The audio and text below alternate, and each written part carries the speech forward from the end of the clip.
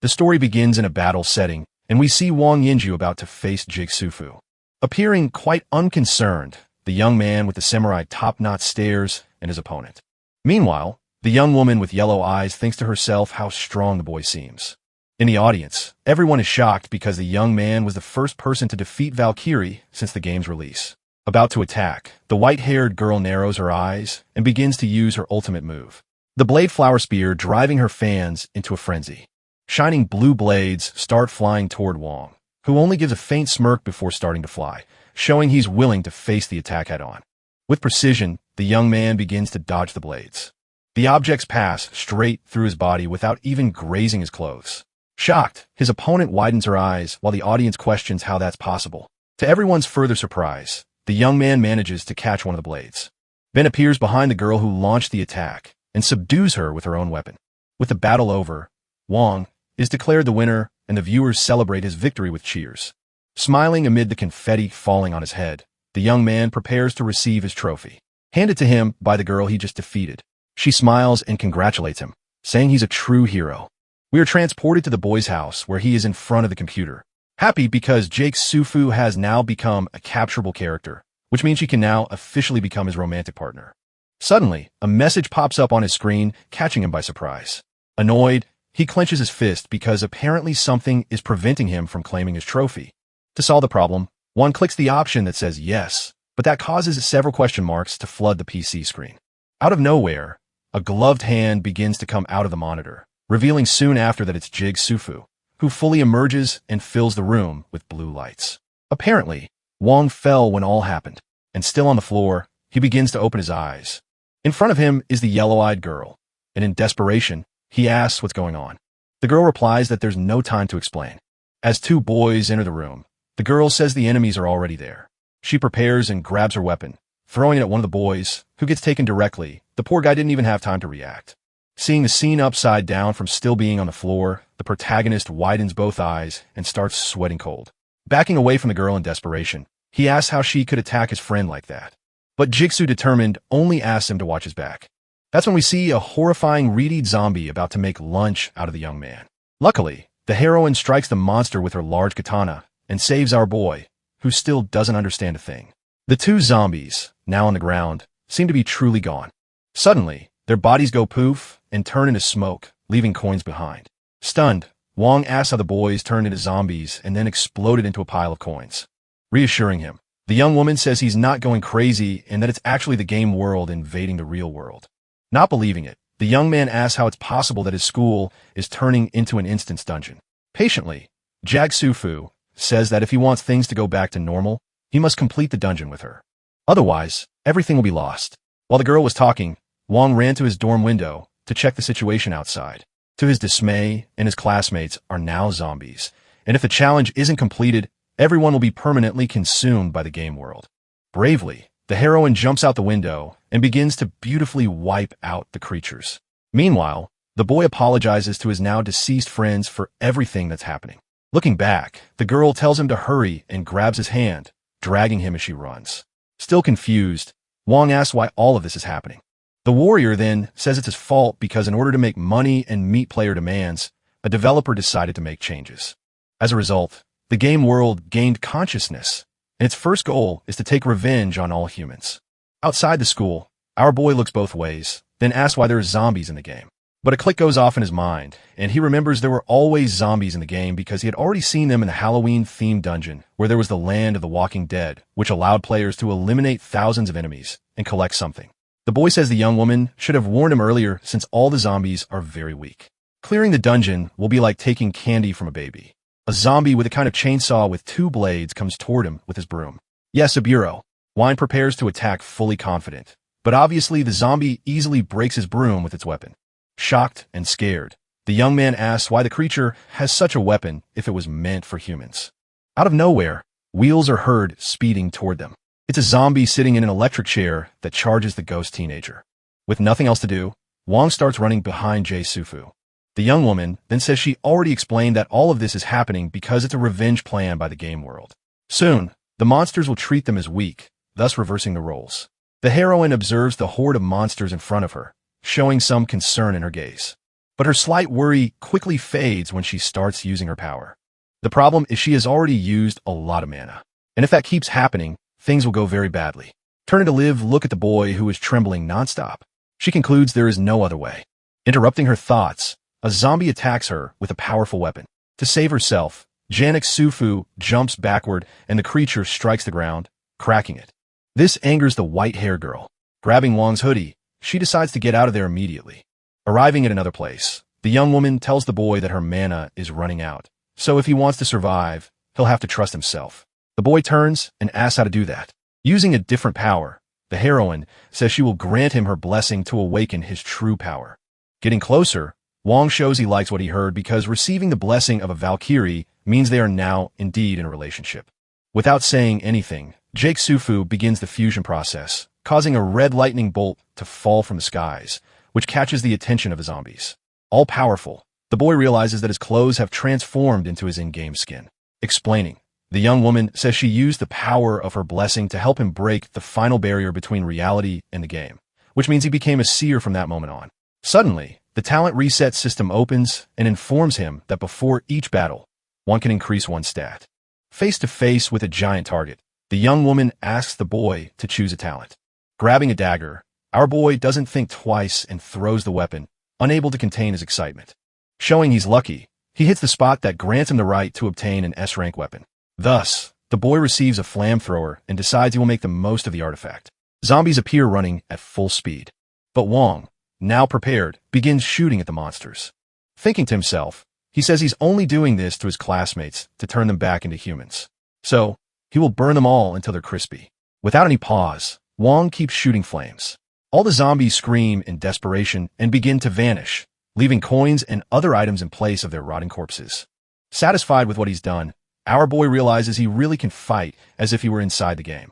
However, Jack Sufu warns that she only gave him the blessing because it was an emergency. And besides that, his level is still low, unlike in the game. Showing he doesn't care, the protagonist states that his level doesn't matter because he only needs to clear the dungeon for everything to return to normal. The young agrees, and he then apologizes while saying he will continue using his weapon and doing whatever is necessary, which in this case is burning all the enemies until only ashes remain. Observing the success of his attack, Wong says that as he predicted, the rewards keep coming because he made good use of environmental damage, a technique he used when he was at a lower level. Since such environmental damage ends up causing fixed damage that ignores base defense. Thinking to herself, Jake Sufu says that it's a silly but useful trick which shows that the boy really understands the game. Approaching her, the boy says that only approved partners receive the blessing, so he needs to know if he should call her his wife. The young woman pushes him toward the fire and says once again that she only did it because it was an emergency. But upon realizing that Wong was really going to fall, she grabs his hand while asking if the young man is okay. Giving a thumbs up, our boy says he's more than fine. Climbing back up while looking at the chaos below, he thinks it was a close call. Looking around, Jake Sufu notices that something doesn't seem right. Suddenly, they plummet. On the ground, the young woman concludes that the invasion of the game world seems to be spreading more deeply because what used to be the city has now turned into the game world. Wong says he understands and only asks if she could get up because she's crushing him. Standing up, the boy warns that they have company.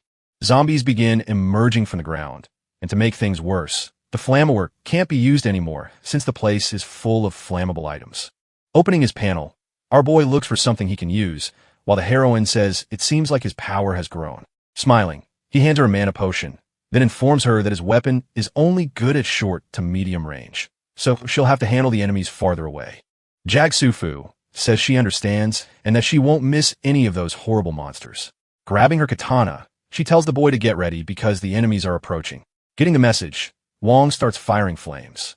From somewhere above, we see a zombie sniper who has the boy perfectly in his sights. But before he can shoot, he's fatally struck by the heroine. Side by side, the boy says that as expected from his wife, the two of them make a great team. Blushing, the young woman says she's not his wife and asks him to stop calling her that. Suddenly, the protagonist realizes his flamethrower is overheating and needs time to cool down.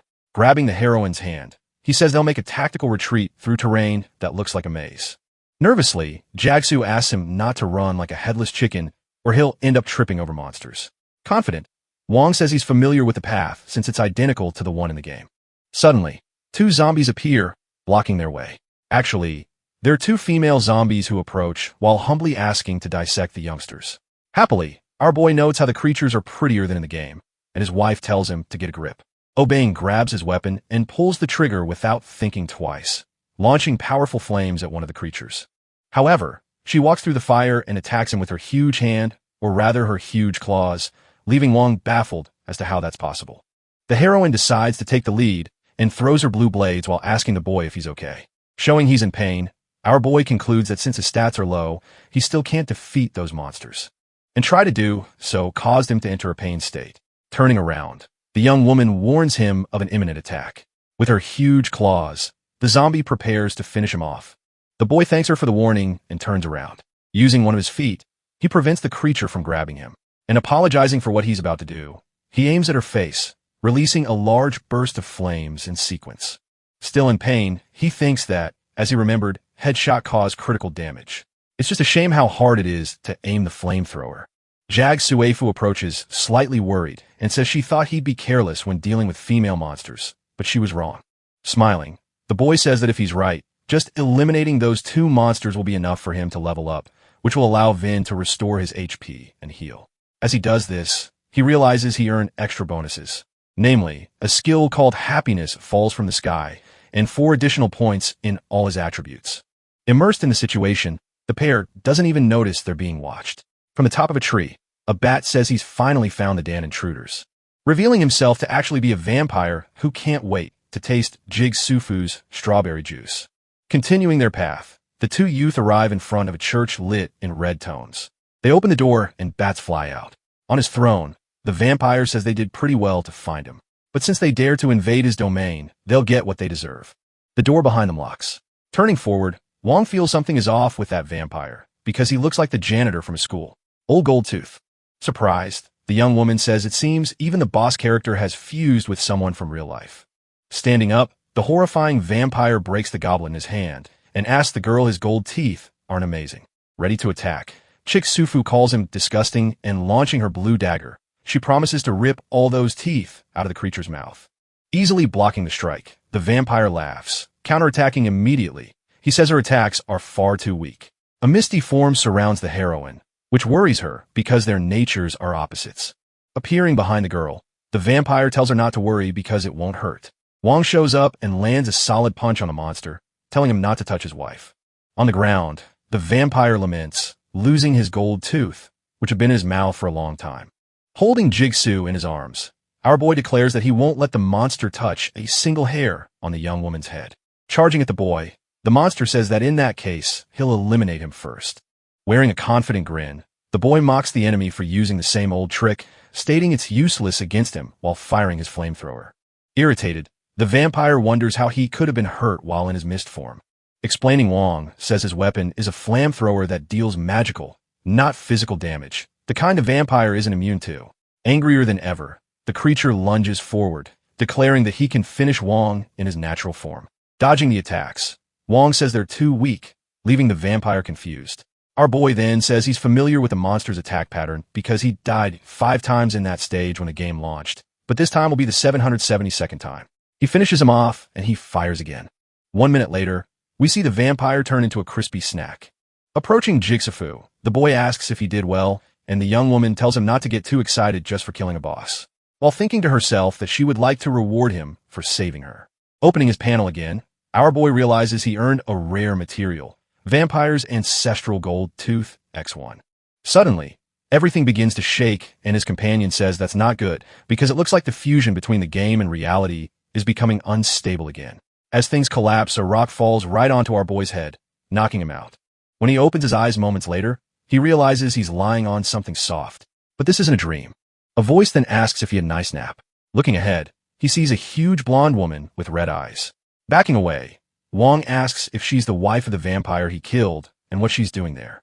Standing up, the vampire woman tells him to put away his silly toy, the flamethrower, because it's time for a meal. Sweet and cold, the protagonist admits he's not liking when this is going. The war approaches and merely strikes him. Wong tries to grab his weapon, but is stopped by a large foot wearing a red high heel. Looking down at him, the woman tells him to stay still if he doesn't want to be crushed. Trying to escape the vampire's flirtation, our boy says he already has a wife. Unbothered, The creature grabs him by the clothes as he begs for Jigsufu to show up. Suddenly, boots smash open the door, and the young woman appears, explaining that they've been teleported to another area of the game. Seeing the scene, she asks what's going on, and the boy says he can explain. With a wicked look, the vampire woman says that the girl's husband now belongs to her. Replying, Jigsufu says she's not the boy's wife, and that the woman being Heil shouldn't even be there.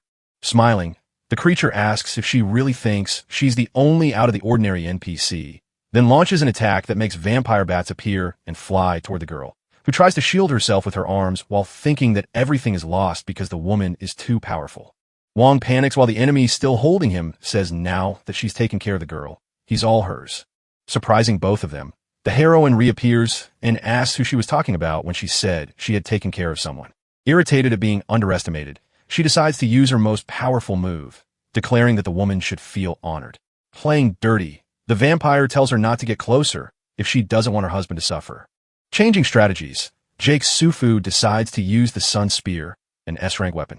Just looking at the artifact already makes the enemy reveal she's starting to feel weaker. To protect herself, she decides to use her shield. But the boy kicks her while saying he tricked her when he pretended to be charmed by her. With her shield broken, the vampire asks if he really thinks she doesn't have the guts to annihilate him.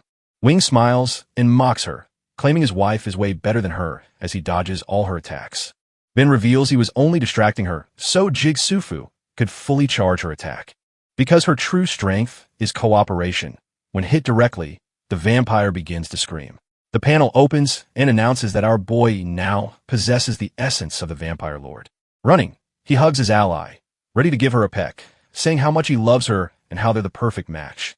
However, the young woman shows she's not feeling well after using too much energy. Being held by the boy, she explains that her core data was damaged, so she needs to rest, then asks him to wait for her in the next battle.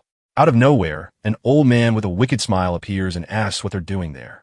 It's the school principal. He approaches and grabs the girl's hand, claiming he needs to take her to the infirmary while the boy tries to explain. Wong then notices there's a health bar above the man's head.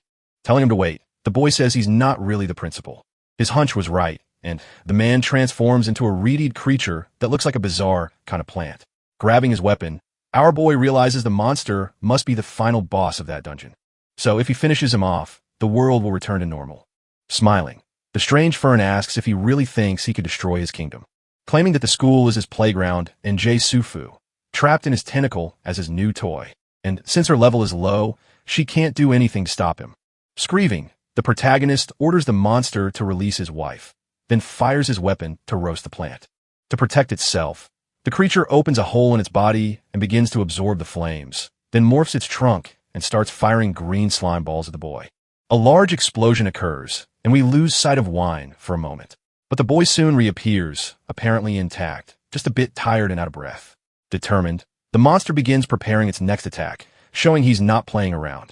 It launches a large glowing green ball toward our boy. Seeing it coming, the young man tries to think of what to do. The ball hits his target and Jigsufu, still trapped, watches everything with deep concern. Convinced, the creature says now that it has expelled the boy from his school, it can take care of her. But unfortunately for him, Wong reappears and mockingly says that Fireball wasn't even enough to warm him up. Using what appears to be his partner's katana, he charges the enemy, whose tentacles are sliced as the boy catches the young woman in his arms, keeping her from falling. Smiling, he says he'll always be there to save his wife, and she asks him once again not to call her that. Looking back, the young woman tells the boy to stay alert because the battle isn't over yet. Furious, the boss launches new tentacles and asks what he'll do now without his powerful weapon. Dodging the strikes, Wine questions if the monster really thinks he depends on S-rank weapons, then states that even a regular iron sword is more than enough to send him to eternal rest. As he unleashes his attacks, the boy says the creature has no idea how hard he worked just to finally meet Jigsufu, let alone how much one needs to understand the game to win her over. That's why, having gone through all, he knows even a piece of wood is more than enough to win. Annoyed by all the mockery, the monster says that even so, all he has is a pile of junk. Opening his panel, our boy declares he doesn't need anything else because he can see all its weaknesses at a glance. Hearing all that pushes the monster to its limit and launching another attack, he promises to burn the boy until he's crispy. Narrowing his eyes slightly, Wong asks how the creature dares use that kind of attack, since if he interrupts it, it'll cause massive damage to the monster. The boy does exactly that, and the monster begins to scream in pain. But even completely destroyed, the boss keeps saying he will expel the boy from the school. Grabbing a large sword, our boy says it's time to finish the fight and earn XP and gold coins. Suddenly, freezing knives begin flying toward him. Screaming, Jake Sufu tells him to pay attention. The boy then dodges the attack, and the knives hit the creature, who can't believe it. Looking back, Wong asks who dares to steal his kill. Footsteps are heard, and two girls with purple and blue auras appear. Our boy realizes one of them is the most beautiful girl in his school, Rue Mammon, and asks what she's doing there. Intrigued, his ally asks if he knows her. The boy replies that she's known for being one of the school's bullies. The pink-eyed girl asks her friend if she knows the boy staring at them, but the other says, not really, because they're just schoolmates. Getting closer, Wine realizes the other girl is Xiao Lujia, the magic class instructor from the game. Since he touched the girl's head, she gets annoyed and tells him not to touch her again.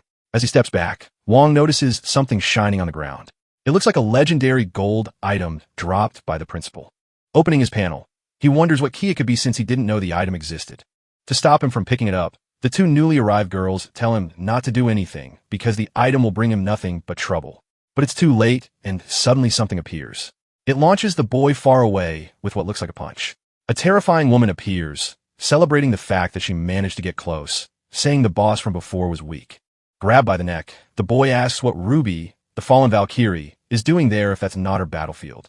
Smiling, the woman doesn't answer and asks if he's not the one who defeated Jeksufu. Now recovered, the boy's ally appears and tells the woman to let go of him unless she wants to die. Ruby asks if the girl really thinks she can defeat her even after betraying the will of the game, especially when she's only level 50. Stepping in, Wong says his wife is still better. Hearing that deeply irritates the woman, who says he asked for it, clearly about to attack. Before delivering a powerful punch, she also says she'll make sure he's so dead that he won't be able to resurrect. But luckily for our boy, a shield surrounds him and blocks the attack, which negatively surprises the red-haired woman. Someone then says that happened because they picked up the dropped item, causing the game to register the rewards. It's Rue Mammon who declares that from that moment on, the woman can't harm anyone anymore. Mocking, Wong says Ruby was so focused on him that she didn't even notice what was going on. She realizes she was tricked and extending her hand says the boy should consider himself lucky this time, but that in their next meeting, she'll finish them all one by one disappearing into the portal she opened right after celebrating. Our boy says he received his rewards too. Thus, after all, that the school returns to normal, and we see the janitor, who unaware of what happened wonders how his gold tooth suddenly vanished from his mouth. Meanwhile, the principal is in his office wondering what he ate to make his stomach hurt so badly. Happy, the protagonist thanks Mammon, saying he never thought the school leader and he would be friends one day, but the young woman says she doesn't know what he's talking about while tells her to just ignore him. Jag Sufu appears and says that Wong must have some important questions for the girl with glasses who took the key.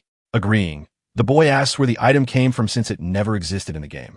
Explaining, the girl says the key is an important object that prevents the real world from merging with the game world.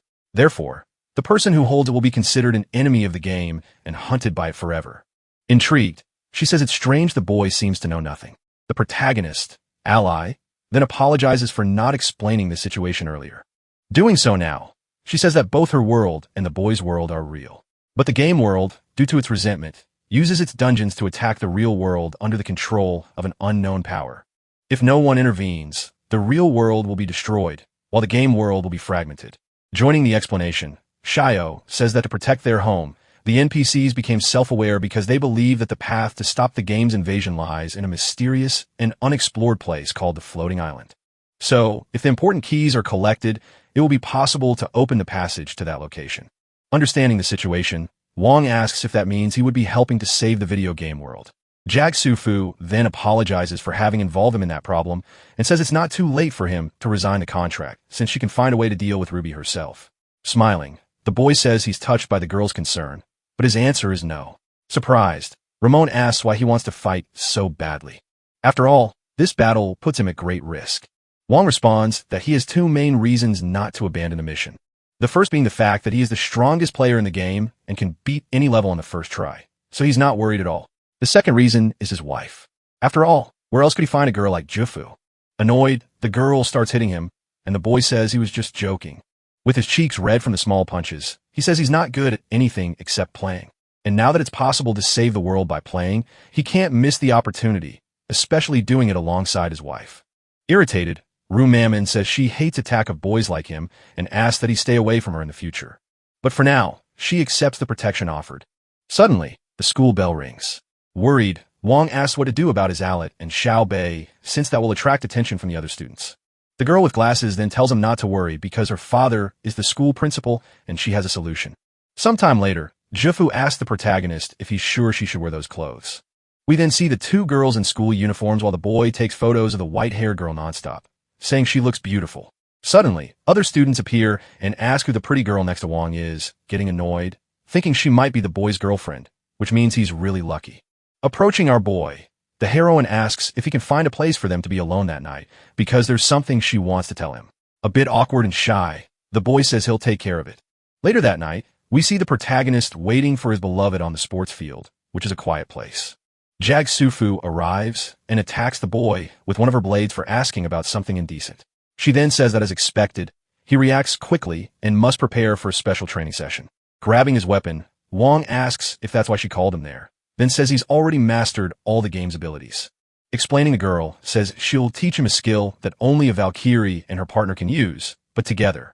Far from there, Ruby sits on a rock, irritated for being stopped by our boy, saying he's making a big mistake by thinking hiding in the real world is safe. Because since the school has merged with the game space, she knows exactly how to get there and can finally take the key from the two girls. Back to Wong's training, he asks what his ally means by dual cultivation. Excited, he says his heart isn't ready for that. The girl responds that the dual cultivation she means only involves training together, since her goal is to help him develop potential through battle and master data awakening. The boy is confused, but begins being attacked by the girl from all directions, needing to be very quick to dodge. His ally explains that data awakening is a unique skill that can transcend levels, equipment, and attributes.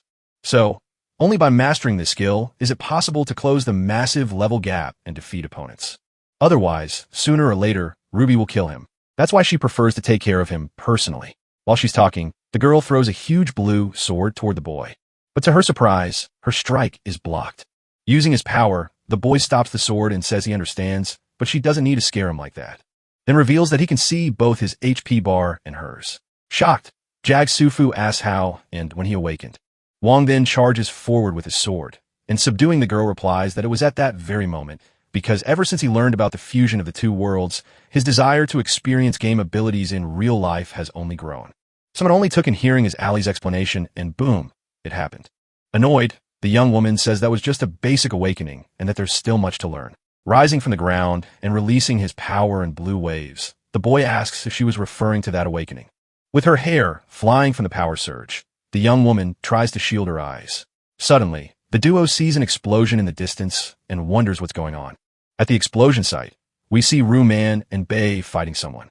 It's Ruby, who smiles and asks if that's all the girls can do since the attack didn't even scratch her. Nervously, the girl with glasses says she used all the potions she had, and her friend surprised says she didn't expect the woman to get there. Preparing a super attack, the enemy asks if those will be the D's final words. And Mammon begs Shio to cast an ice wall urgently. Using a magic book, the girl begins calling upon the power of frozen earth to protect them, creating a stone barrier, but Ruby asks if they really think that will stop her. The warden charges forward, claiming that with just one strike, the barrier will shatter like glass. Getting close enough, she kicks the pink-eyed girl and tells her to get out of the way, then says that once she eliminates her ally, she'll blow her up next. Turning to Man, she demands the key if she wants to live. But the girl refuses and ends up getting slapped as the enemy reveals she'd never let her live anyway since players never felt the pain of being wounded by blades in the game world. Now things are different, and finally she'll make the girl experience that pain. Grabbing her cursed sword, Ruby says she's going to do it nice and slow. Soon, the girl will get the full experience of being on the losing side. Turning around, Mammon warns that the woman will regret it because Wine promised to protect her. Suddenly, blue blades fly toward the enemy and a voice as they made it just in time. We see our boy and Jay Sufu who apologize for the delay, stating that heroes only show at the last second. Annoyed, Ruby says in that case, she'll annihilate him first as revenge for his earlier mockery. Beside her husband, the yellow-eyed young woman says the redhead better not underestimate the boy who's now mastered a new power. Mocking, the red-haired creature asks if the girl doesn't want the first hit. But Wong steps forward and asks if she didn't hear what his wife just said. A heal lum is more than enough to wipe her out. Worried, Mammon asks if this will really work given the level difference. and her ally says the boy must have his reasons. Attacking first, Ruby says the protagonist talks too much. With all her fury, she charges at him with her flaming blade, but her strike is blocked by Juan's glowing blue sword, leaving her stunned. Drawing another weapon, she attacks again, unleashing a flurry of blows, all blocked once more. Furious, the woman wonders how this is possible. And using her doppelganger technique, she multiplies, saying she wants to see how he'll handle 3 of her. White responds that in that case, he'll be nice and split her into 3 pieces. Confused, the woman asks how he could identify the real her since all 3 look the same, and she doesn't remember any player ever recognizing this ability so quickly. The boy realizes that while the appearance is identical, the data quantity between the real body and the clones is vastly different. He says he can clearly see the data weakness now that he's mastered it, concluding that he knows her body like the back of his hand. Irritated, she calls the player despicable. She then says the boy's gear is trash, and even if he hits her, he'll end up getting hurt. Mocking, the man asks who said he was going to hurt her. He grabs her and says he discovered her greatest weakness is being ticklish. Moreover, he says he knows all of her weak spots. Desperate, she begs him to stop tickling her while laughing uncontrollably. Watching the scene, 2 girls ask if a third predicted this situation, and she replies no. Unable to take it anymore, the woman says she surrenders to the boy. He accepts and asks her not to cause him any more trouble. The young woman then asks if he isn't afraid. She'll stab him in the back and kill him. The man doesn't care and says that because she is a Valkyrie, he will keep his word. Irritated, she turns her back and says she will remember that when she becomes stronger and has to deal with the boy again. She leaves the place promising revenge. Watching, boy says it was a good job expected from a good player. The D approaches the boy who dealt with the Valkyrie. Introducing himself, the boy says his name is Stinky Janwoo and by his side is his partner Kiev. Recognizing the duo, the boy says he knows them, leaving Sinchi surprised by the information. Laughing, Scienfing asks the player to give her 1,000 copies of Ironwood and Herbs. He then realizes that she is the NPC who issued a super difficult gathering task that made him cut trees and dig for weeks. Shing, she realizes he is talking about his partner. Laughing, he says that the 2 are players who recognize each other because of their characters and that the players have an organization called Tamiya that helps them fight together and asks if they're interested in joining. Curious, the boy asks if it's something like guilds, and the girl adds that the more players join, the more chances they have to save the world. Zingy says she's right and asks if the boy ran out of medicine after fighting the Valkyrie. 2 girls are gifted with medicinal potions. They drink them and thank for the gift. Quickly, both recover energetically and listen to the explanations about the organization being more efficient than fighting alone. The young man says that as long as the 2 are fine with it, they should follow him. He says the boss is waiting at the location, but since it's a construction site, it draws attention. Then they hear a voice asking if that wasn't the strongest player, and they're surprised. At the top of the building appears a young man and a girl, and he says it's been a while since he saw a challenge among players from all servers. Looking up, the boy in purple clothes recognizes him as the reincarnated king. Annoy, he says not to call him that anymore. Then he says he didn't expect the choice of those NPCs considering he had a strong Valkyrie as a partner. They then introduce the leader of the Tamiya group, and the group is surprised by who the leader is. Curious, the girl accompanying the leader asks if the boy was the strong player mentioned earlier, and she says that if he joins the group, their positions could be at risk. So the young man asks what to do. The girl suggests they ask him to hand over his partner, Jetsufu. That way, he'll be hitting 2 birds with 1 stone. After the suggestion, the young man says he allows the youth to join the group, but he will have to hand over Jitsufu. The person approaches, asking if Period has lost his mind. It's the purple-haired young man who asks if he really thinks the opponent would hand over his wife. Not liking the answer, if the leader says that either way he will steal a girl from him. Then they decide to fight, but something catches Yang's attention as one of his friends doesn't feel well. He realizes the girl is poisoned and wonders how that happened. Quickly, he remembers the medicine they took and tells Jan Wu there was something in the potion. The boy says not to blame him, and that this happened because he challenged the boss. Laughing, Period says the opponent is in no condition to fight. Yinggu says he refuses and that he enjoys saying no to arrogant people like the opponent. Then the leader says they will fight.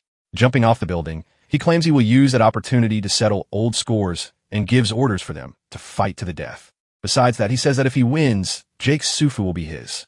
The 2 begin fighting and exchange taunts. Period tries to approach the woman, but he tells him not to dare come near. She also questions why they are fighting each other instead of joining forces to help the world. The boy in purple clothes asks if they know what would happen if the worlds merged and that things from a game world would come into the real world. which would be something beneficial. With that, the old social order would be destroyed, but the chosen players would continue fighting and leveling up to survive. Thus, the best players would be the only hope for ordinary people. They would have to believe in the chosen ones and treat them like gods. Laughing, the blonde young man says, that way, everyone would have to obey his orders. Hearing all this, Yingu asks if that's why the opponent conspired against Mammon and killed the other players. They say the beautiful girls from the game would appear in real life. At that moment, both agree it would be a good strategy. But Suhim, the purple-haired youth, corrects himself and says it wouldn't be. Then he asks if the opponent knows how many people die because of that decision and declares he will stop him. But the opponent mocks him, asking if he can perceive the high level he possesses. With that, Yingu realizes he will need to level up to fight the young man. The two continue to battle intensely. The young man in purple clothing says he knows the opponent's level is higher, but he believes Period never cared about improving his intelligence. Stammering, the leader asks what he is talking about. Smiling, Yang-Su says he didn't pay attention to the columns of the abandoned building and that it is time to observe some laws of physics. Quickly, the building collapses and the blonde youth is trapped under the debris. Before Yang-Su could leave the area, something catches his attention. There's a boy behind him holding Shirao Bei by the arms. But the other group members gather to defend the girl and state that he couldn't handle so many Hao gamers. The boy in purple clothing tells Ramon and Shirao Bei to leave the area. Laughing, he asks why he should give up so easily and release the girl. He says he intends to have fun with her. Thinks she hugged one of the girls and says she doesn't understand his charm. Calling him reckless, he says that if the boy cares too much about his companions, he will only be distracted. The pink-haired girl tries to help her friend, but has her leg restrained. She's thrown far away by Yingu. Before she could escape, the boy grabs a girl by the arm and informs the leader that he captured his partner. Irritated, Period questions how the opponent dares use underhanded tactics while rising from the rubble. He's shocked by the scene he witnesses. Desperate, the girl asks her leader for help. Yang-Su commands the boy to ask his ally to release his friend. With sarcasm, the pink-haired girl questions why she's being treated as weak and says that if she shows her true strength, everyone will be surprised. Quickly, Pyrie agrees to the proposal and asks them not to harm his partner. They say that this is his chance to get what he wants. Moments later, the hostages are freed and ask if they are all right. Crying, Aju says that Yingu intimidated her. Then the protagonist calls out to Period and says he remembers what he did earlier. The boy mocks him and says the opponent does not scare him. Later, the boy in purple clothing is at Mammon's house talking with his friend. He says the other two girls are in shock from what happened and need a rest. Sad, the white-haired girl said, as she was the one who suggested the alliance with other players. Yingu tells her not to worry or blame herself. Concerned, the protagonist says they made a lot of noise when they encountered Period and wonders if anyone recorded them.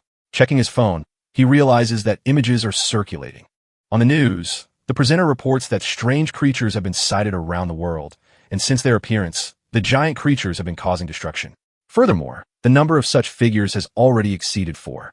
The monsters have also started appearing in the sea, not just on land. Desperate, 2 children cry and ask their parents for help. Watching the news, Yingu says this is not a joke and seems like the prelude to the end of the world.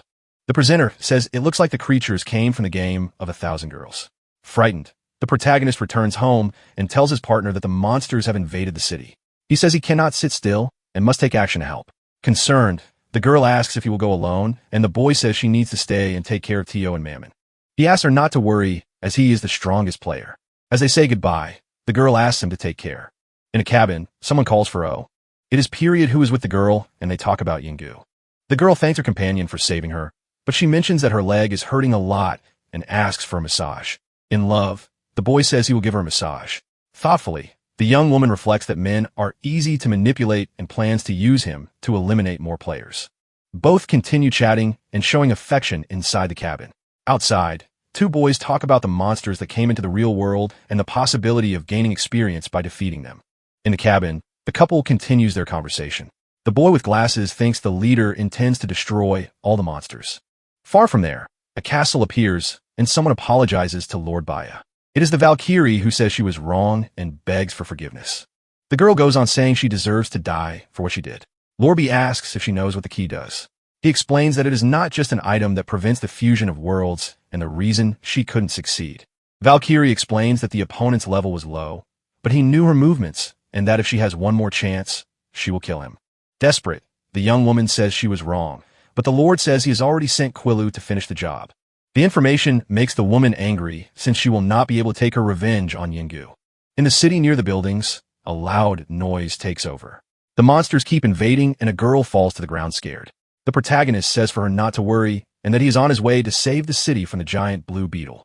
Wong steps forward and prepares to attack, stating that no matter how big the enemy seems, a bug is still just a bug. After defeating the creature with a single blow, his level increases. Satisfied, he says that hitting a 15x EXP multiplier upon entering combat was really lucky. But to beat period, he will need to reach level 15 when skills and attributes change drastically. Interrupting his thoughts, the blue-haired girl he saved approaches and asks how the boy managed to defeat the monster. Flirting with Juan, the young woman asks if he can be her bodyguard, but the boy refuses as he has better things to do. Suddenly, arrows start flying toward the two. Raising his sword in front of his body, the boy pushes the girl away while telling her to be careful. With great agility, he cuts most of the arrows in half, but some still hit him. Unconcerned, our boy can only think about which players are capable of attacking like that. They are level 15 archers who have just completed their class advancement. Our boy concludes that the arrows were definitely fired by a precision shooter. From the top of a building, the archer tells his colleague that someone dodged most of his arrows. Next to him, his friend says that must be Wong, so they better go finish him off before he takes all the EXP. Agreeing with the plan, the brown-haired boy decides to attack again to eliminate our boy and the girl next to him. Down below, the protagonist sees a sea of arrows coming his way again. Annoyed, he realizes it's the Tianjia guys, but he doesn't know why the group is attacking innocent people like that. Taking action, he tells the girl to run and save herself since the group's target isn't her. Suddenly, a shining fireball that looks like the sun appears in front of him, leaving him surprised. Then, a large explosion happens, sending debris flying everywhere. Still on top of the building, the archer complains to his friend, who is a mage, saying he blatantly stole his kill. But the young man with glasses intervenes and says that since no reward was obtained, the target must still be alive. Even annoyed by seeing Shi Jenga's orders, the boys jump from the skyscraper, determined to hunt down Wong and eliminate him. Staying behind, the nerdy boy complains that his friends are underestimating our boy. Next to him, his ally tells him to calm down. Laughing, the young man says he's super calm because he's already thought of strategy and will be the winner when it's all over. Elsewhere, the injured protagonist takes a potion to recover his HP, promising that he will take down all of Tangia. When he advances in class, suddenly, something catches his attention. That something is the Titan centipede that bursts from the ground, ready to destroy everything and everyone. Throwing the potion to the ground, Wong says it's time to show the group that they mess with the wrong person. A little nearby, we see a small explosion happening on top of a bridge caused by the archer who has just killed another horde of weak grunts receiving coins as a reward. Looking to the side, the boy sees our protagonist running towards something and concludes he must be fleeing from him, deciding to launch another arrow attack while mocking that the boy is just a small animal and exactly the kind he enjoys annihilating. Y reaches the Titan centipede, and the creature's body shields him from the arrows. Activating his power, he concludes that the archer's attack is indeed of an advanced class and caused damage to the monster.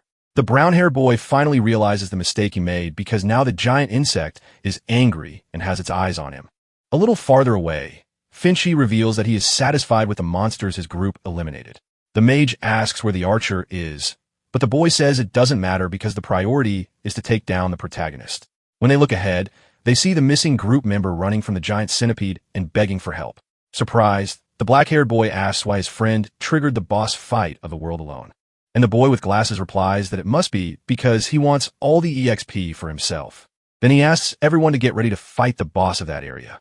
After an intense battle, we see all the boys and the monster's HP bar is low. Exhausted, the members of Tianjia wonder what to do, and the supposed leader says the fight is almost over, so they can't give up now.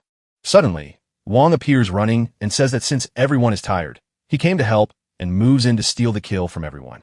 The boys are left speechless and realize it's too late to stop the guy. Irritated, they watch our boy attacking the centipede and say it's outrageous that he stayed hidden all this time just to steal a kill. Furious, Xingqi tells his companions to finish off the guy, but one of the boys warns that he just reached level 15, which means his strength increased absurdly, preventing even a slight approach. Choosing his attributes, one reveals that he doesn't want the Lucky Warrior or the Celestial Mage, because what he likes most is the Destiny Master, since as a seer, he prefers to try to seize the future with his own hands. Thus, by directing the flow of destiny, His luck is accumulated, and he only needs to consume it to unleash all kinds of incredible phenomena. Unaware of the danger, the boys attack him, asking what kind of trash class he chose. Laughing, our boy, now in new attire, decides to show what he's capable of, which makes the enemy group members wonder why their most accurate attacks failed. Explaining, the protagonist says that happened because of his strong luck bar skill, which makes attacks useless. Besides allowing him to ignore blows that don't come with a karma bar until his luck runs out. He tells everyone to look up, and we can see that Wong is now capable of making flaming meteors fall from the sky, catching the boys completely off guard with such a class advancement. Laughing, our boy says that is the evil star of the sky, a meteor that brings calamities through the power of bad luck, having a 1% chance to deal 10 times more damage, which is really, really bad. After a massive explosion, we discover that all the players from the Tiania Guild were severely injured. However, even all battered, Cassini promises that he will get revenge. Approaching, Wong points his sword at the boy, saying that he heard what the young man said, and that it's time to settle a score between them for the sake of his friends. But a woman appears and steps in front, begging the protagonist not to kill her contractor because he was forced to join Tianjia and had nothing against him truly. The protagonist doesn't care about the information, and the woman, desperate, says she will do whatever he wants if the boy's life is spared. Mouth gave our boy reveals he wasn't expecting that kind of offer. And hugging the woman, he says she better not regret the decision because there will be no turning back. Furious, Kenshi asks how the young man dares to steal his NPC and says he's a very cruel guy. Holding the girl in his arms, Wong says beautiful women are for the strong and that it's the boy's fault for losing the fight so ridiculously. So, even if the girls from the game come into the real world, it will still belong to specialists like him. Period. Walking away, our boy ends the discussion, stating that this time he'll let the boy off the hook, but it won't happen again. Elsewhere, he puts the blue-haired woman down, and she says she actually won't sign any contract with him. In response, the boy asks her not to be nervous because he doesn't want that either. He just wanted to teach Essany a lesson, which doesn't seem to have worked because a little farther away, the boy says he will end his life and take his NPC back. Out of nowhere, someone appears and asks if a group is talking about Wong, warning that if they say where he is, she will kill everyone there painlessly. The archer prepares to attack and asks who the woman thinks she is to show up saying those things. Jumping in to land a big blow, the woman says it's a shame they don't realize the gap in levels between them, but that in any case, she's not interested in torturing them. Either way, once struck, the boys begin to scream, and we can see that only remains alive. Approaching, the woman asks how he would like to be finished off. On his knees, the boy begs for his life and says he'll tell where the protagonist is, as he has no intention of being an enemy of the game. Smiling, the woman thinks to herself that she only left the boy alive to force him to talk, but she didn't expect it would actually work. Out loud, she says she will help him and hands him a fruit, then asks him to eat it. This causes the NPC with Wong to immediately sense that her contract with the boy has just been broken. Furious, she grabs her boy's clothes and asks why he killed her contractor if he said he would only teach him a lesson.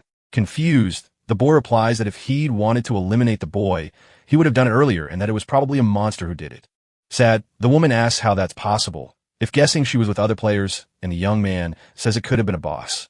With tears in her eyes, the NPC asks if he could form a contract with her now that she's alone. Embarrassed, Wong says he'll have to talk to his wife before accepting her. Suddenly, the ground starts to tremble and crack, surprising the two, and a kind of giant demon cockroach appears, happy to have found a player. Hugging the boy, the terrified NPC asks what that thing is, but her almost ally says it's just a southern cockroach. Given its appearance, it must be a final boss of the dungeon. With sword in hand, our boy asks the girl to step back. But before he can attack, someone jumps in and slices the cockroach in two with a single strike. It's Xingshi, who now looks like the Hulk, but floral. Approaching, he asks the protagonist how it feels to have his kill stolen. Shocked, our boy asks who he is, what's up with the green color, and why he knows his name. Screaming a monster once a boy reveals his identity and says everything is Wong's fault for daring to steal his NPC, then explains that the human capacity for failure has a limit unless one stops being human. Confused, the young man's former ally asks why he turned into a monster, and the protagonist questions what plan he has in mind. Responding, the floral help-like creature says he got tired of being human. Watching from a distance, the one responsible for everything says she never imagined a human could turn into a monster after eating her fruit. Still puzzled, Wangi asks how the boy became that horrible creature. And the monster, lunging to attack, says he can ask about that when he gets to hell. But our boy, of course, dodges the blow, which makes his opponent furious. Using tentacles that emerge from his arm, Shinji says that in any case, he knows exactly the best way to defeat him. Grabbing his former NPC, he states that if the boy doesn't want her to go poof, he better stay still. Irritated, Wong shouts that the monster only has one trick, which is taking people hostage. But the creature says he doesn't care. Showing he's angry, the creature tightens his tentacles around the girl who screams in pain. Our boy then says that kind of behavior is really foolish because his NPC is Jisufu, and he doesn't need another one like the monster thinks. But that only makes Pexing even more furious, who says he wasn't so lucky since his NPC chose him, and after the contract was made, he discovered that she had no combat abilities. The only good thing was the young woman's beauty. But even so, she rejected him when he tried a more romantic approach. Because he talked too much, the plant-hole creature only realizes the protagonist moved when his tentacles are cut. Weon quickly managed to free the poor girl, and even prevented her from falling by catching her in his arms, then gently placing her down while telling the enemy that without the girl, the boy would be nothing, so he should be grateful instead of talking about her flaws. Tanji then tells him to shut up because he was chosen by the strongest Valkyrie, so he has no idea of his pain. Opening his mouth, the creature launches an attack, but our boy manages to defend himself and says that the Valkyrie's choice is based on strength level. That's why it will be him who saves the world. Wounded by a sword strike, the monster warns that attacking is useless because his regeneration is very fast. Using his data awakening skill, the protagonist decides to look for weak points to end the fight. He finds one shortly after, a lump resembling a fruit in the opponent's stomach. Preparing to strike, Wong activates his luck burst, which increases the critical hit rate of the blow by 100%. He charges with everything, aiming at the lump that seems to be the monster's weak spot, landing a direct hit with his sword, which causes Stingshi's HP bar to nearly hit 0 as he tries to understand what just happened. Falling to the ground shortly after, the boy's items are automatically transferred to the protagonist's inventory, who feels like a thief.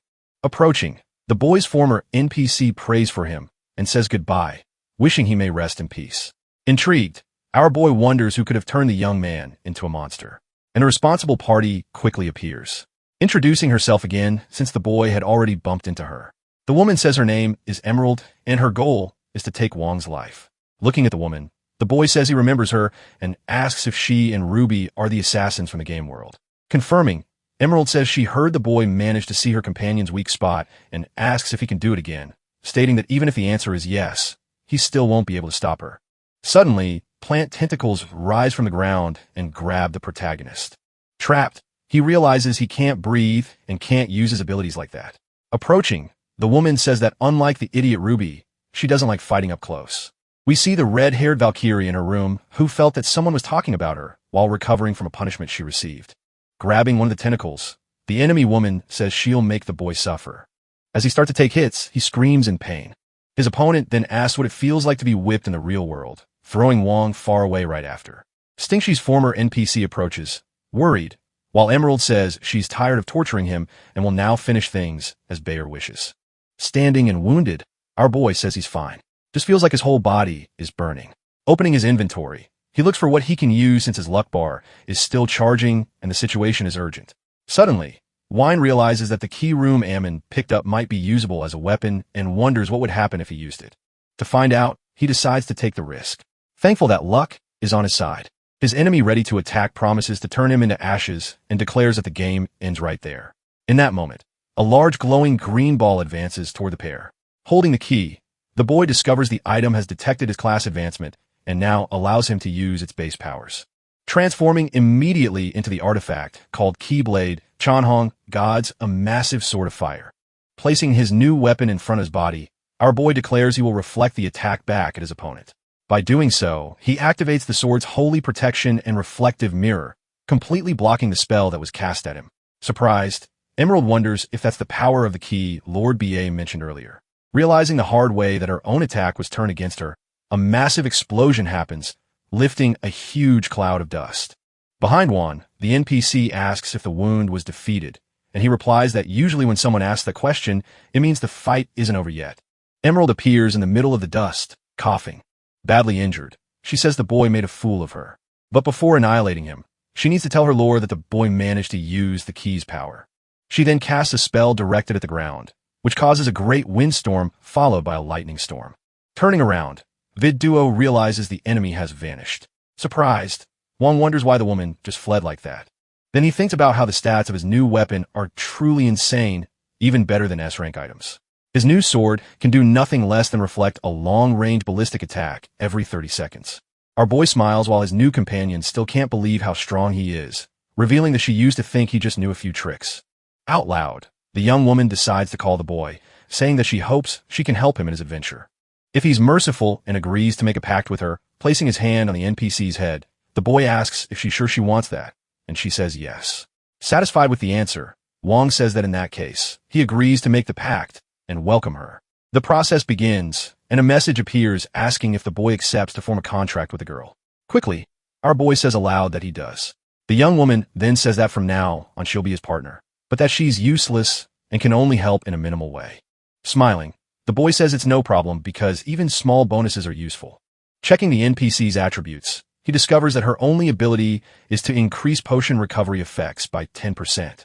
Apologizing, the young woman says she's very weak, but our boy says that actually her ability will be very helpful. Then asking Can Fanging to follow him so they can deal with the anomaly once and for all. In front of them is a kind of portal, and the boy asks how they could deactivate it. His NPC says she doesn't know, and Wong wonders if a key might work. He then inserts his new artifact into what seems to be a keyhole. The idea seems to work, and the boy starts feeling the sword being pulled in, which surprises him. Worried, his new NPC asks him to be careful.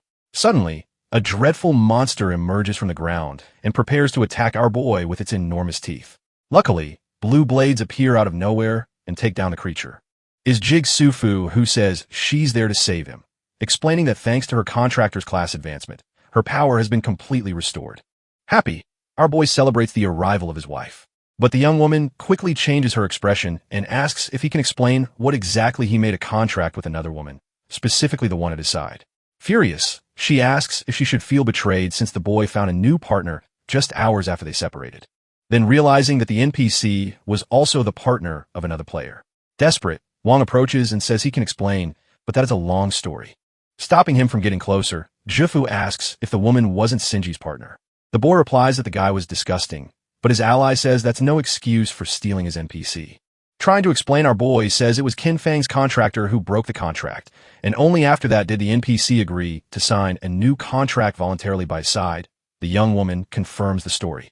Relieved, his powerful NPC says that in that case, she's happy to know he's not a bad person, revealing that she always believed in him since the day they signed the contract.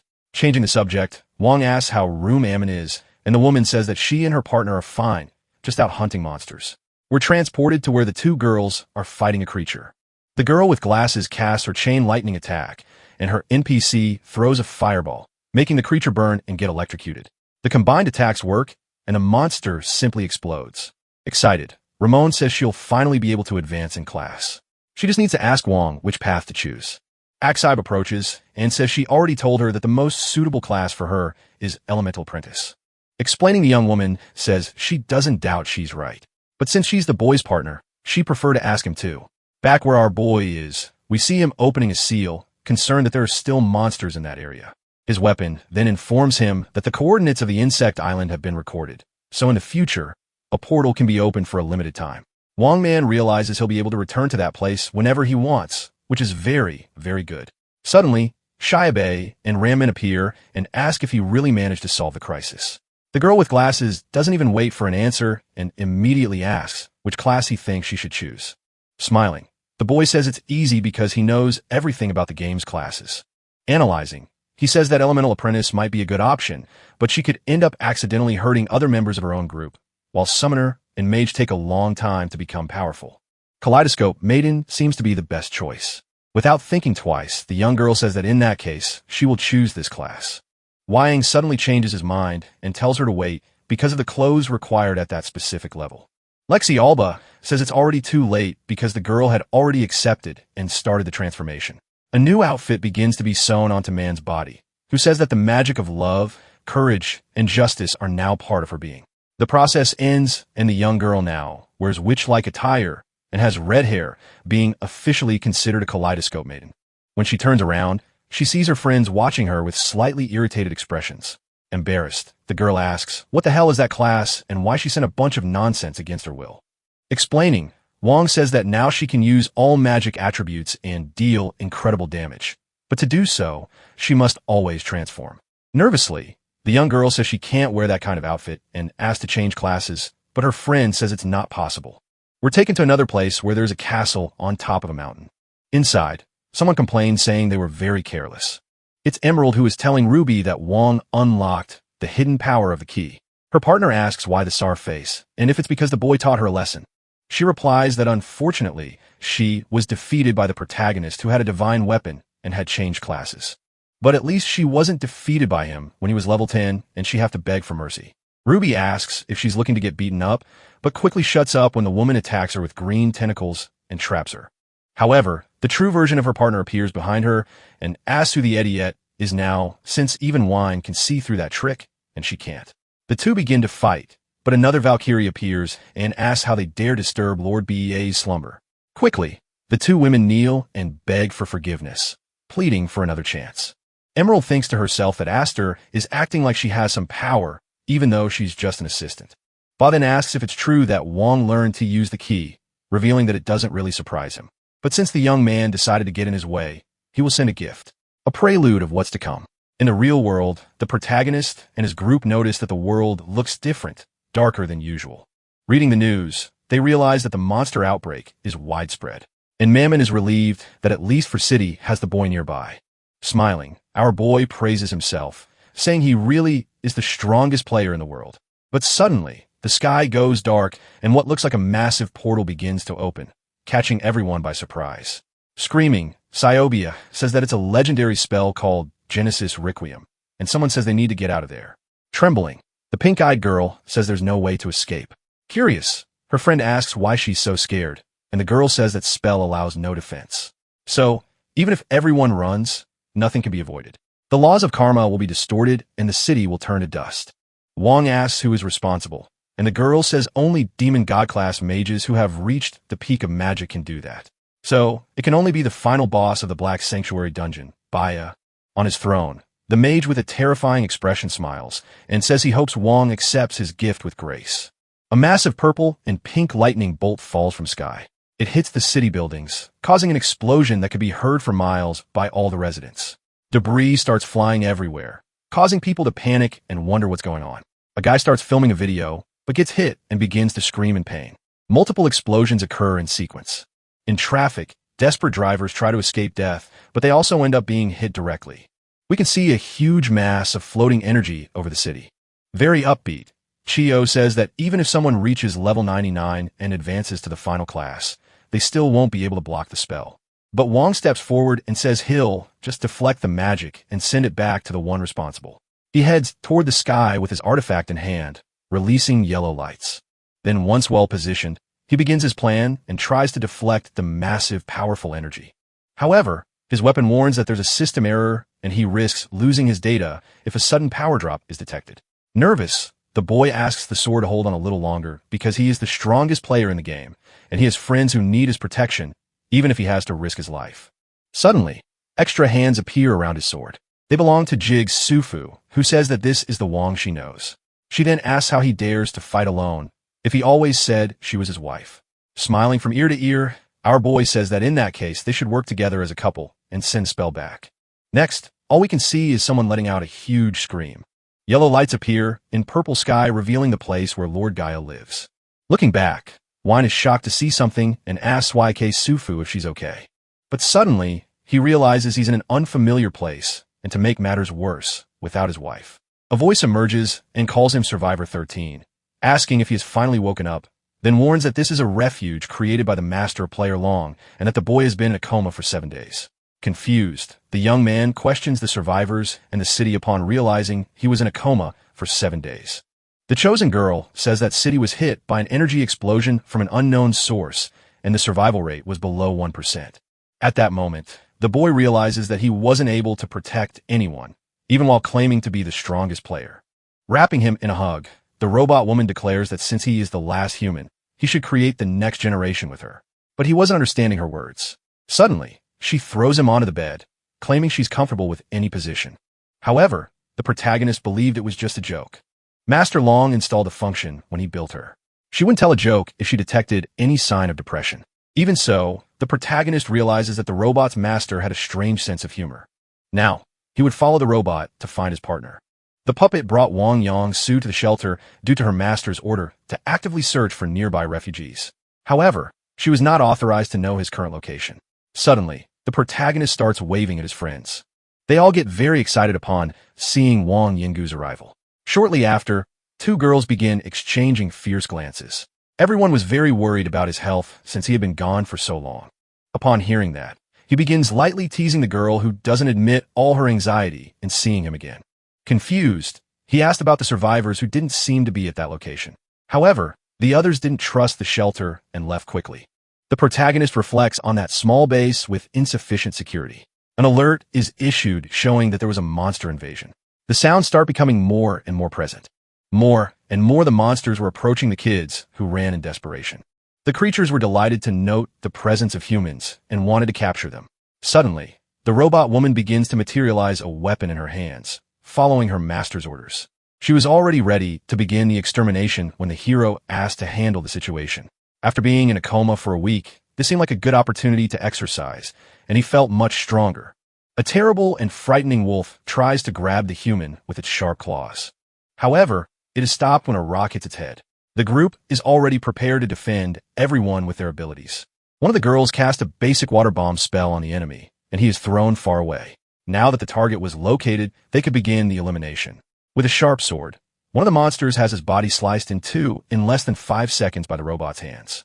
Upon realizing the strength of his new companion, the protagonist thinks there won't be enough time to test new abilities. From behind the trees, a gigantic figure watches the entire situation and begins to approach. The creature says it let its younger brothers enjoy the thrill of hunting humans, but didn't expect them to be killed. However, this new enemy didn't consider himself like the other grunts. Being a level 30 warrior monkey lass, he would kill all his opponents. Upon detecting the extremely high threat level of the individual, the robot informs that the recommended action is to evacuate immediately. However, Wang Yinggu was eager for that kind of fight. Realizing a battle was ahead, the giant monkey began to approach. But the protagonist was already in a defensive stance, ready for any attack. Suddenly, the two began exchanging some punches. And shortly after, a big explosion happened between them. Wang Yang-su realized that his health level had been affected. With blooded hands, that level 30 looked like an elite monster. Smiling, the monkey claimed to be able to defeat everyone with a single blow. However, he hadn't noticed that his fists were burning and it completely disappeared. The protagonist had a deeper understanding of the composition of the game world. Focused, he launched a new trick called data corruption against his opponent. Rage filled the Monkey Key's face as he declared that the fight wasn't over yet. His tribe had several powerful warriors who would truly take care of the young man. But Wang Yang-su didn't seem worried at all about that kind of threat, as he knew he would defeat them all. Behind a wooden wall, desperate screams spread through the area. A horn girl was enjoying the whole situation. Powerless, the man on the bed begged her to let him go. He claimed he had relatives and children under his care. Upon hearing that, the woman started to think it over. Shortly after, she slit his throat, realizing he couldn't satisfy her. While changing clothes, she reflected on how human creatures were not useful. Outside, she spoke with one of her subordinates about the lack of news from the monkey lass. Sitting on her throne, the Beast Queen, Fong Lin, level 30, pondered her next steps. Apparently, those players could last longer than a normal person. After the scare, everyone celebrated the victory and thanked the protagonist immensely. They were heading toward the official concentration camp when they heard that there was a military presence. Analyzing the situation, the two discussed how the wild region was full of monsters. Meanwhile, the robot turned her back, stating that her mission was complete. Wang Yang-shu grabbed her by the arm, saying he could help escort the citizens. However, she replied that she was programmed to follow Master Long's instructions unless she was purchased. Upon hearing the price of 100,000 coins, the hero considered it a great value for a magical puppet. Around a fig tree, the man recounted how at first they were evacuated from the city by the army. However, halfway through the journey, they encountered a very powerful monster immune to bullets. During that week, the situation seemed to have worsened everywhere with monsters and BA capable of destroying an entire city. At his side, the girl watched the hero, who seemed upset for not finding a way to protect the city. Before she could offer some comfort, the robot squeezed him tightly after detecting a mood shift. The puppet hugged him while starting to execute calming instructions. With her sword raised, the girl questioned what kind of command that was, but he looked very frightened, stating that none of those orders came from him. In the end, Everyone went to rest that night to start the journey early. Wang Yangshu stayed awake and walked through the dark forest.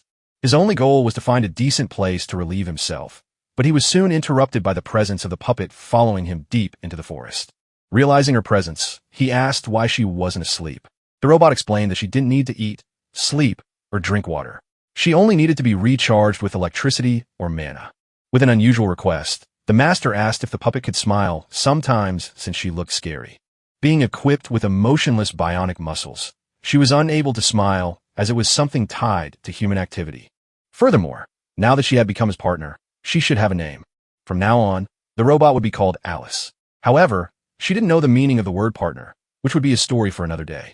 Sitting down, Alice reflected on the term used by humans to refer to a person with similar ideas and who was trustworthy. She couldn't understand why, as she considered herself just an object. Suddenly, her body was pierceful while a woman stated she didn't expect to find anyone awake.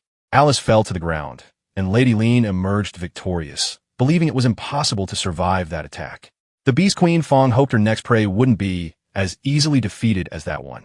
But the robot began to reconstruct herself from the wound and grab the enemy's leg. However, her combat capacity had been reduced to 60%. Even so, according to her diagnostics, she should continue the mission and fight bravely. Lean turned and carefully observed the girl, who by her calculations should be dead after the blow. Alice introduced herself and explained that she was a level 25 mechanized demon doll. The blue sky is filled with clouds swirling over the forest landscape. After relieving himself, Wang Yangsu appears to be feeling much better. Shortly after it, he feels a strange chill on his back. Before he could put on his pants, he had already been attacked by a weird monster. Realizing their presence was noticed, the order became to kill the human and report to the boss. Curious, the protagonist asks who they were talking about. However, he doesn't seem worried at all because he trusts and patrols Alice. On the other side, the robot was losing parts of her body, including one of her arms. Even so, she seemed determined to fight any kind of threat. Irritated, Lady Lean continued attacking Alice, claiming to be much more powerful. With her system failing, Alice calculates that the chance of winning that battle was less than 1%. However, she still had one last resource and was willing to use all her strength. The demon doll starts running toward the queen, who becomes very confused.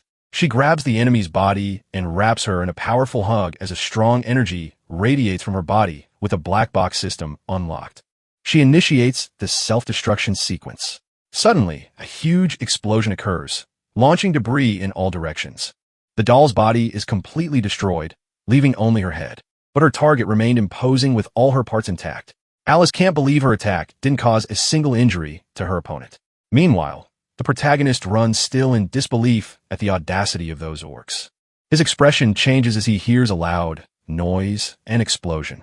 Suspicious, he starts walking more slowly, trembling at what might be ahead. Suddenly, he is shocked to see what happened to Alice. Beneath the queen's feet, the robot apologizes for not being able to complete the mission, losing operational capacity. With a smile on her face, she states that her master will be fully refunded to buy a more suitable doll. At that moment, Lean grows impatient with all the talking and crushes Alice's head. Wang Yangshu is in disbelief at the scene and how he lost his new companion so easily. Noticing his expression, the Beast Queen Fong begins mocking the human, who becomes increasingly irritated and ready for a new battle. Determined, the protagonist was willing to spin the wheel to decide Lean's death. After a few spins, the roulette lands on Best Slayer style, where damage and defense are increased by 50% and attacking weak points causes extra damage. With a threatening look, the hero was ready for the hunt. From afar, he prepares for the battle ahead and starts running.